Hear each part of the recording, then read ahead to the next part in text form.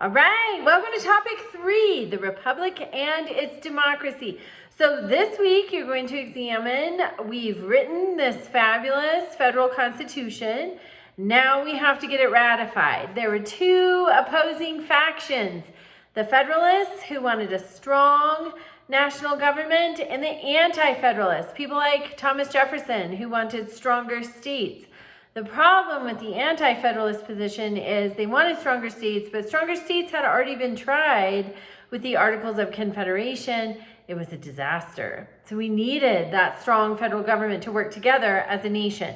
So in discussion question 1, you're going to pick a side. You're either going to be a Federalist or an Anti-Federalist. And you can be an Anti-Federalist like some of the states that required a Bill of Rights accompany the Constitution, and then they would support ratification. So that was more an Anti-Federalist position, protecting the rights of the individuals. Okay, also this week, we're looking at civil rights. So after the Civil War, we see the 13th Amendment, which was necessary. It abolishes slavery for the nation.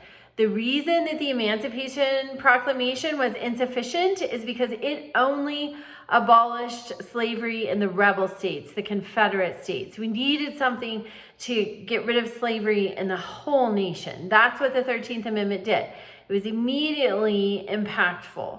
The 14th Amendment and the 15th Amendment, they are the reason that we wound up needing the Civil Rights Act of 1964 and the Voting Rights Act of 1965, because the equal protections that were intended to be immediate with the ratification of the 14th Amendment, they were circumvented left and right, tragically, even by our own Supreme Court in Plessy versus Ferguson.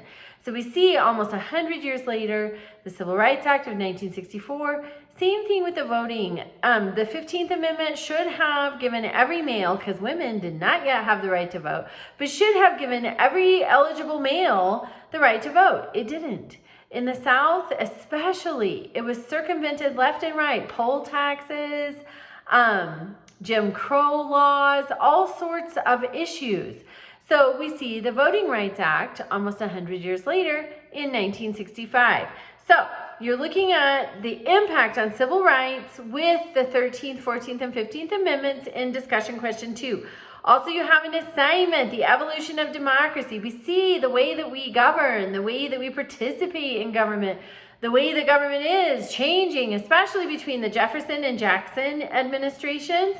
So you're doing an assignment. With those assignments, check the minimum word count. When you go to the assignment in the topic 3 materials, there's the assignment that's attached and the rubric. Check the rubric. That is what I'm going by when I am grading for minimum word counts. Those minimum word counts are designed to help you fully answer the question. If you're short on words, you're going to be short on points. So keep that in mind. If you're having trouble coming up with words, reach out to me. We'll brainstorm something. Also, you have a quiz, and remember, participation all week long. Reach out to me with questions. If you have missing or late assignments, get them turned in. Well, you have to reach out to me to reassign them, but you can still turn them in for an opportunity for full credit. So reach out if you need to. Have a great week.